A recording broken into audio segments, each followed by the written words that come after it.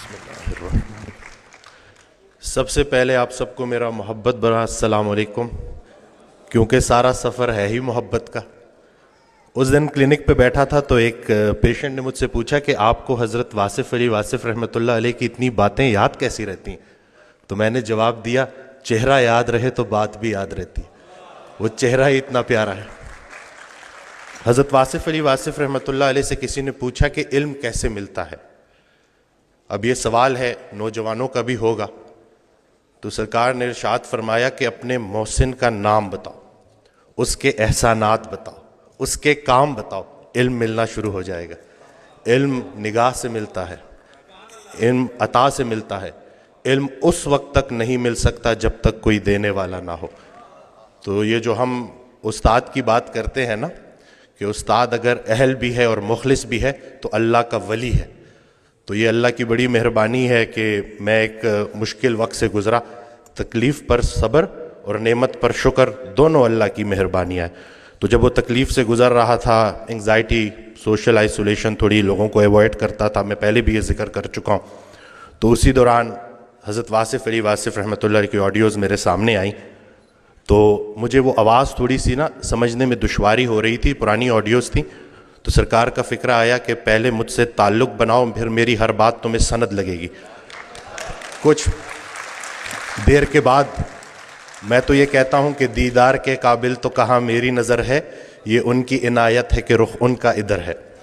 تو جب وہ تعلق بن گیا اور وہ ایک ایک بات روح کی گہرائی سے نکلی ہوئی بات روح کی گہرائی تک ضرور جاتی ہے، تو جب وہ مجھے انہوں نے نا اس پورے اس پریشانی سے اٹھا کے نا میرا فوکس ہی جو ہے نا وہ پرسپیکٹیو ہی چینج کر دیا۔ تو اسی دوران نا اس وقت میری والدہ حیات تھی، اللہ ان کے درجات بلند فرمائے، تو بڑی دعا کر رہی تھی، میں ایک ہی بیٹا ہوں۔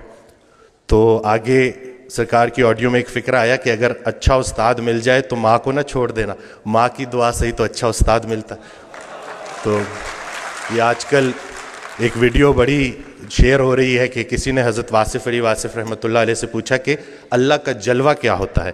تو ارشاد فرمایا، ماں کے لیے بیٹے کا چہرہ اللہ کا جلوہ ہوتا ہے۔ والدہ کافی علیل تھی، کافی بیمار تھی، تو میں جب آیا تو کافی لاغر تھی، انہوں نے میری آواز سنی تو اٹھ کھڑی ہوئی، تو میں نے اپنی نگاہوں سے دیکھا ہے کہ بیٹے کا چہرہ ماں کے لیے اللہ کا جلوہ ہوتا ہے۔ ایک اور جگہ ارشاد فرماتے ہیں، جب عام الفاظ خاص معنی دینا شروع کر دے سمجھو اللہ کا جلوہ عطا ہو گیا۔ تو یہ جتنی بھی ہمارے یہ جو سرکار کی آڈیوز ہیں یہ ہمیں گائیڈ کرتی رہتی ہیں، روزمرہ کی زندگی ہو، پروفیشنل لائف سے جڑی کوئی بات ہو۔ میں ڈاکٹر ہوں تو میرے لیے ان کا ایک جو فکرہ تھا، یہ میں پہلے بھی کوٹ کر چکا ہوں کہ وہ عبادت کرنے والا ڈاکٹر جو اپنے مریض کے لیے مخلص نہیں، اس کی عبادت اسے کوئی نفع نہیں پہنچائے گی۔ تو یہ ایسے ہی ہے کہ جی بادشاہ سے رعایا کا پوچھا جائے گا اور ڈاکٹر سے مریض کا پوچھا جائے گا۔ ڈاکٹر صاحب نے بڑی پیاری گفتگو کی، میرے لیے سرکار کا یہ ایک فکرہ مجھے پر امید کر دیتا ہے کہ جتنے بھی عظیم کام ہیں وہ غیر عظیم زمانوں میں ہوتے ہیں۔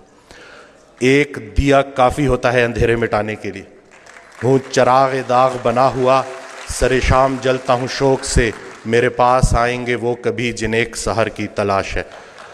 تو ہر وہ محبت جو آپ کو اللہ کے قریب کر دے وہ اللہ کے راستے کی محبت ہے، اور وہ اس میں کوئی شرک نہیں ہے۔ انسان کی تمنا ہے تو شرک ہے، رحمان کی تمنا ہے تو عین ایمان ہے۔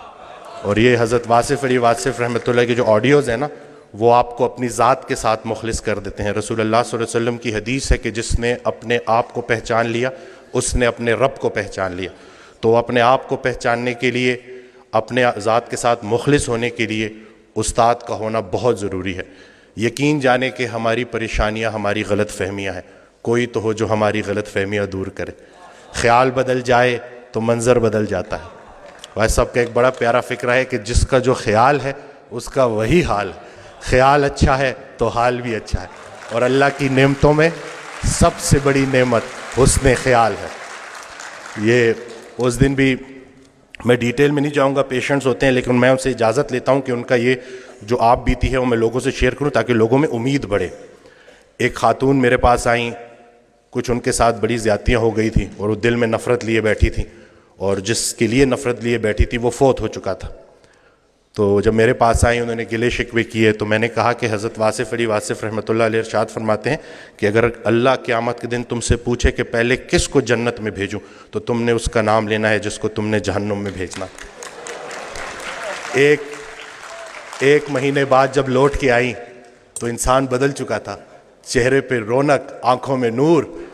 تو مجھے کہتی ہیں کہ ڈاکٹر وسیم جب میں یہاں سے اٹھ کے گئی تو پہلے تو میں گھر کی طرف جا رہی تھی, مجھے آپ کی بات ہضم نہیں ہوئی, لیکن پھر میں نے گاڑی موڑی اور میں قبرستان چلی گئی اور میں اس کی قبر کے سامنے کھڑے ہو کے میں نے کہا کہ جو تو نے میرے ساتھ کیا معافی کے قابل نہیں ہے, لیکن جا تجھے اللہ کی رضا کے لیے معاف کرتی ہوں.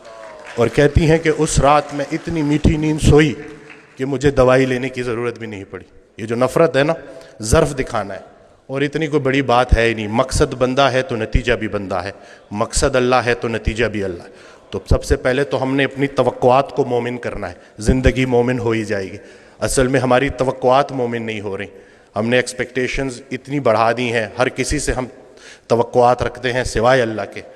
تو اپنا گھر, اپنی تنہائی, اپنی قبر, اسی کے اوپر فوکس کریں.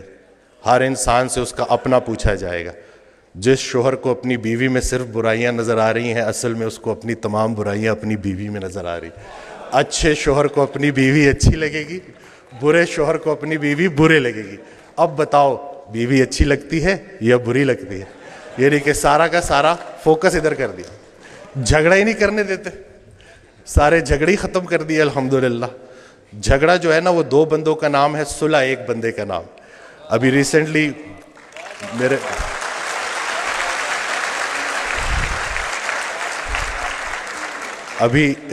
میرے ساتھ ایک واقعہ ہوا. میں گاڑی ریورس کرا تو وہ برانڈ نیو گاڑی تھی, وہ لگ گئی. وہ پیچھے سا غلطی میری تھی, تو میں اترا تو وہ بڑے غصے میں میری طرف آئے. تو میں نے فوراً معافی مانگ لی نا کہ مجھے نظر نہیں آیا, میں بہت معذرت کرتا ہوں, اور بہت زیادہ میں نے ان سے معافی نا. تو ابھی وہ غصہ ان کا ایک دم سے اتر گیا, کہتے ہیں آج کل معافی کون مانگتا ہے. تو میں نے کہا جی وہ نقصان چھوڑے, نقصان کو اپنا نمبر دے اور رابطے میں رہیں گے. تو میرا بڑا دل تھا میں ان کو بولوں کہ اگر کوئی معافی منگوانے والا پیچھے کھڑا ہو تو بندہ ضرور معافی مانگتا ہے. تو یہ کسی کے حوالے سے زندگی گزارنا کتنی آسان ہو جاتی ہے, اگر ہمیں پتہ چل جائے تو ہمارے سارے جھگڑے ختم ہو جائیں. میں تو جو میں نے آڈیوز میں جو سنا ہے نا کہ جنہیں ہم رخصت کرتے ہیں وہی ہمارا استقبال کریں گے. تو حضرت واصف علی واصف رحمۃ اللہ علیہ کی میں آڈیوز سنتا ہوں تو اس میں انہوں نے جو ہمارا فوکس ہی چینج کر دیا ہے کہ جب ہم وہاں پہ جائیں گے تو جن کو ہم پیچھے چھوڑ کے آئے تھے وہ ہمیں آگے ملیں گے. تو اب ان کے لیے کیا لے کے جا رہے ہو؟ تو اپنے والدین کے لیے صدقہ جاریہ بننا ہے. اور یہ چھوٹی سی زندگی ہے, اس میں الجھنا نہیں ہے. آسانیاں دو, آسانیاں ملیں گی. ہر وہ نیکی جو تم دوسرے کے ساتھ کرتے ہو اصل میں اپنے ساتھ کرتے ہو, ہر وہ بدی جو تم دوسرے کے ساتھ کرتے ہو اصل میں اپنے ساتھ کرتے ہو. اسلام کوئی بات نہیں ہے جو پڑھ کے سنانی ہے, اسلام ایک کام ہے جو کر کے دکھانا ہے. تو اللہ پاک ہمیں استقامت دے کہ یہ نوجوان ہمارے سامنے جو بیٹھے ہوئے ہیں انہوں نے ہی ہمیں ریپلیس کرنا ہے. اور میں یہ کہتا ہوں کہ اگر کچھ پرسنٹیج ہی پاپولیشن کی اگر شعوری سطح پہ جتنی لیول آف کانشیسنس بڑھے گی اتنی کریج آف فارگیونیس بھی بڑھے گی. اور حضرت واصف علی واصف رحمۃ اللہ علیہ کا بڑا پیارا فکرہ ہے کہ میری بیسک تعلیم یہ ہے کہ سب کو معاف کرو. تو بس یہی کرنا ہے کہ معافی تلافی کر کے اپنی اپنی قبروں تک جانا ہے. کوانٹم فزکس کا ایک فکرہ ہے کہ death is just an illusion. جب میں نے یہ پڑھا نا تو مجھے سرکار کا فکرہ یاد آ گیا کہ یہ کون لوگ تھے جنہوں نے موت کو میلہ بنا دیا. رسول اللہ صلی اللہ علیہ وسلم کی حدیث ہے, اس کا مفہوم ہے کہ جب شہید ان مراحل سے گزار کر اپنی جان کا نذرانہ پیش کر کے جب بارگاہ اللہ میں جب اللہ کے سامنے حاضر ہوگا, بارگاہ خداوندی میں, اور اللہ اس سے پوچھے گا کہ بتا تجھے کیا چاہیے, تو وہ بولے گا مجھے بار بار اسی راستے سے گزارا جائے.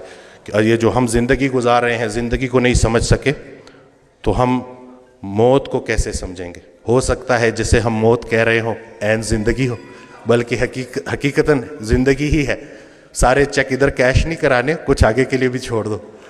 تو بس یہ ہے کہ بزنس نہیں کرنا, خدمت کرنی ہے. اور ایک جو بڑی پیاری بات کہ ہر رات سونے سے پہلے خود سے پوچھو کہ لوگوں کو استعمال کر رہے ہو یا لوگوں کی خدمت کر رہے ہو. اس کا جواب تم خود دو گے. ہر وہ دن ڈے ٹو ڈے چلنا ہے, مومن ڈے ٹو ڈے چلتا ہے. ہر وہ دن جس میں آپ کی ذات سے کسی انسان کا نقصان نہیں ہوا, آپ کے ذات کے شر سے لوگ محفوظ رہے, اور کسی نہ کسی کا نفع ہو گیا, وہ بہترین دن گزر گیا. یہ ان دو فکروں میں پورا اسلام سمجھایا گیا ہے. اگر لوگ سمجھیں, اگر آپ کی ذات بے ضرر ہو گئی تو آپ کے دین کی ابتدا ہو گئی, اور اگر آپ کی ذات سے لوگوں کا نفع ہو رہا ہے تو آپ کا دین مکمل ہو گیا. اسلام کچھ بھی نہیں ہے اخلاق محمدی صلی اللہ علیہ وآلہ وسلم. تو دعا یہی کرنی چاہیے کہ ہم اپنے ریئل کو اپنے آئیڈیل کے قریب کر دیں. ہم سب یہ دعا کرتے ہیں کہ مرتے وقت رسول اللہ صلی اللہ علیہ وسلم کا چہرہ مبارک ہمیں نظر آئے, ہم ان کا دیدار کریں. تو بس دیکھ لیں جی کہ کہیں ایسا نہ ہو کہ اس دن شرمندگی اٹھانی پڑے.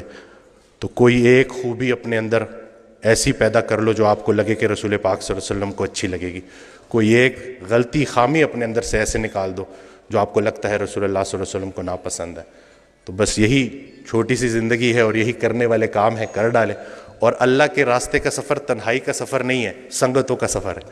تو یہ جتنے بھی لوگ ہیں الحمدللہ, یہ ایک اور حدیث قدسی ہے, اس کا مفہوم ہے کہ جب چند لوگ, اللہ تعالیٰ ارشاد فرماتا ہے کہ جب چند لوگ خالصتاً میری رضا کے لیے کسی جگہ اکٹھے ہوتے ہیں اور میرا ذکر کرتے ہیں, تو جب بھی وہ اس محفل سے اٹھتے ہیں تو میں ان کے گناہوں کو نیکیوں میں کنورٹ کر چکا ہوتا ہوں. تو ہماری بڑی مہربانی ہے کہ حضرت واصف علی واصف رحمۃ اللہ علیہ کے چاہنے والے ہمیں مل ہی جاتے ہیں.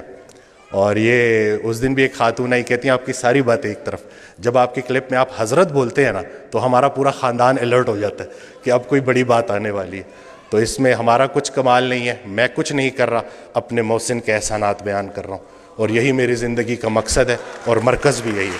آپ سب کا شکریہ کہ آپ نے مجھے سنا. اللہ پاک ہماری استقامت قائم رکھے اور محبتیں بھی قائم رکھے. اور ایک چھوٹی سی کوشش ہم نے کی ہے, ایک بک کمپائل کی ہے اینگزائٹی ڈپریشن کے لوگوں سے گزرنے والے پیشنٹس کے لیے, کہ جو مجموعہ ہے قرآن پاک کی آیات کا, احادیث مبارکہ کا, اور حضرت واصف علی واصف رحمۃ اللہ کے جو فرمودات ہیں ان کا. تو اس کی ڈیٹیلز بھی آپ انتظامیہ سے لے سکتے ہیں. جزاک اللہ, سلامت رہیں, آباد رہیں. Thank you.